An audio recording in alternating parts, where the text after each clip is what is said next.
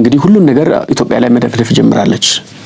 ይሄ ምን አይነት ፖለቲካ ወይም ኢንተርናሽናል ሪሌሽን እንደሆነ ባናውቅም ውሃ ቀነሰ፣ ውሃ ጨመረ፣ ምናልባትም አንድ ልጅ ከአባቱ ጋር ጣልቶ ራስ ሳይበላ ቢያድር ራሱ ኢትዮጵያን ማለት አይቀርምና ከዛ አንድ ኤክስፐርት ብለው ያመጣሉ። ካይሮ ዩኒቨርሲቲ ላይ አሉ። በነገራችን ላይ ኤክስፐርት የተባሉ የውሃ ኤክስፐርት አለ፣ የምን ኤክስፐርት አለ፣ ብቻ አነሰም ቀጠንም ሰፋም ሲባል ኤክስፐርት አምታ አኮርዲንግ ቱ ኤክስፐርት ምናምን የተባለ ነው የሚደረገውና አባስ ሻራክ የሚባል የፕሮፌሰር ኦፍ ኢኮሎጂ ኤንድ ዋተር ምናምን ብሎ ነው ያቀረቡትና አመጡትና እሱም ይላል ሱዳን ላይ የተከሰተው ጎርፍ ኢትዮጵያ ከህዳሴ ግድብ እየለቀቀች ያለችው ነው።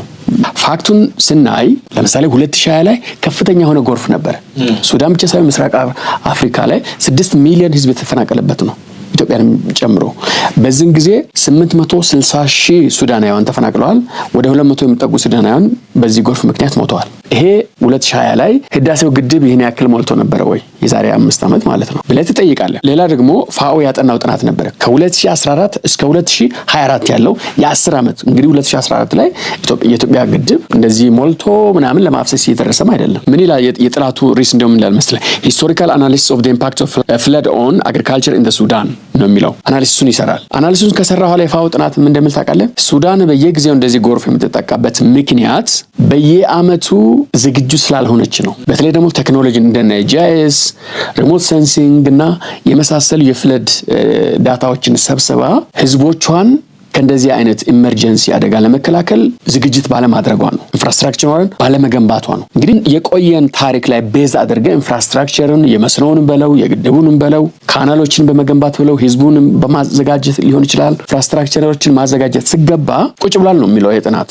ለምሳሌ አዲስ አበባ በየአመቱ በጎርፍ ብትጥለቀለቅ መንግስት አንድ የተወሰነ አመት በኋላ ይህንን ጎርፍ የተጥለቀለቀበትን ምክንያት አይደንቲፋይ አድርጎ ለቀጣይ አመት ህዝቡን ለመከላከል ካልተዘጋጀ ጥፋተኛ የሚሆነው የኢትዮጵያን ወይም የአዲስ አበባ መንግስት ነው ሊሆን ይችላል። ሱዳን ተመሳሳይ ችግር ነው የገጠማት ነው እያለ ያለው የፋኦ ሪፖርት ማለት ነው። ውሃ አጠገብ ጋር ከኖርክ ውሃ ይጨምራል፣ ይቀንሳል፣ ፍላድ ይመጣል፣ የሆነ አመት ላይ ይቀንሳልና ለዛ የተዘጋጀ ኢንጂነሪንግ ለዛ የተዘጋጀ ኢንፍራስትራክቸር በየአመቱ ራስን አፕዴት ያረክ ከቴክኖሎጂ ጋር መሄድ ሲገባ ዝም ብለህ ተዘፍዝፈህ ቁጭ ብለህ ፍላድ በመጣ ቁጥር ምክንያት መሰብሰብ አንድ ኢትዮጵያ ነው አንድ ዝናብ ነው እያልክ መቀጠል የለብም የሚል አይነት እንድምታ ያለው ሪፖርት ነው ይሄ። ሌላ ደግሞ የካይሮ ሪቪውን ለምሳሌ ተመልክቼ ነበር። የካይሮ ሪቪው ኦፍ ግሎባል አፌር የሚል የጥናት ከውሃ ከምናምን ጋር ያጠናልና ለምሳሌ ምን የሚል ጥናት አለ መሰለህ?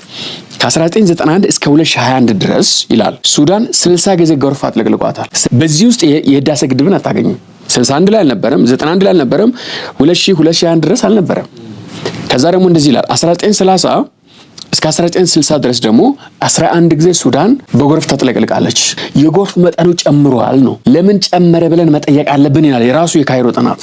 የጨመረበት ምክንያት አንደኛው ክላይሜት ቼንጅ ነው ይላል። ሁለተኛ ደግሞ የዝናብ መጠን መጨመር ነው ይላልና የክላይሜት ቫሪያቢሊቲውን ምናምን የኢቫፖሬሽኑ መጨመር ብዙ ምክንያቶችን ዘርዝሮ 1960ዎቹ ላይ ከነበረው የጎርፍ መጠን እስከ 1921 ድረስ ለምን ጨመረ የሚለውን አናሊሲስ ሰርቶ አስቀምጧል። በዚህ ጊዜ ፈጽሞ የህዳሴ ግድብ ባልታሰበ ዘመን ላይ የነበረ ማለት ነውና በተመሳሳይ መልኩ ደግሞ የኢንተርናሽናል ፌዴሬሽን ኦፍ ሬድ ክሮስ እና ሬድ ክሪሰንት ይሄ እሱ ደግሞ ያወጣው ሪፖርት አለ። 2007 ላይ 500,000 ህዝብ ተፈናቅሎ ብዙ ሰዎች የሞቱበት ብዙ ቤቶች የፈረሱበት የሱዳንን ኬዝ ያነሳል። ከዛ 1.5 ሚሊዮን ህዝብ እንደረዱ ከዛ ኋላም ግን ምንም አይነት ኢምፕሩቭመንት ሱዳን ላይ እንደሌለ በ2007 ጀምሮ ደሴም ሴናሪዮ ህዳሴ ግድብ ገና እዚህ ግባ የሚባል ስራ ባልተጀመረበት ጊዜ ማለት ነውና የሱዳን የጎርፍ ታሪክ ካየን ለምሳሌ የካርቱምን ታሪክ ብቻ ላስቀምጥልህ 1964 1988 1996 1998 2003 2007 2013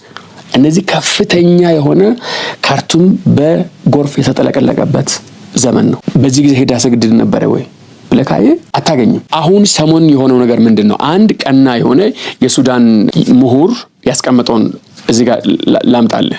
ኢንጂነር አቡበከር ሙስጣፋ ይባላልና ምንድነው ያለው? ሱዳናውያን ከዚህ ከግብጽ የሚያዘናጋ የሚበጠብጥ አናሊሲስ መራቅ አለብን ነው። የራሳችንን ናሽናል ሴኩሪቲ ማስቀደም አለብን። ግብጽ ባነሳች ቁጥር በዛ አብረን መፍሰስ የለብንም ነው የሚለውና ለምንድነው ይሄ ጎርፍ የሚለው ሲያስቀምጥ እነዚህ ይላል።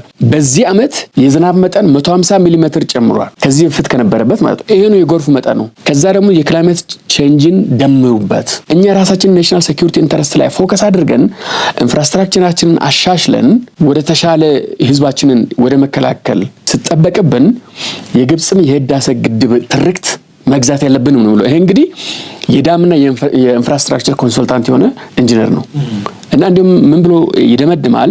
የህዳሴ ግድብ ባይኖር ይላል ከዚህ ዝናብ ጋር ተጨምሮ ሱዳን መጥፋቱ ነበር ነው የሚለውና ህዳሴ ግድብ የጎርፉን መጠን ቀንሷል፣ ዳሜጁን ቀንሷል።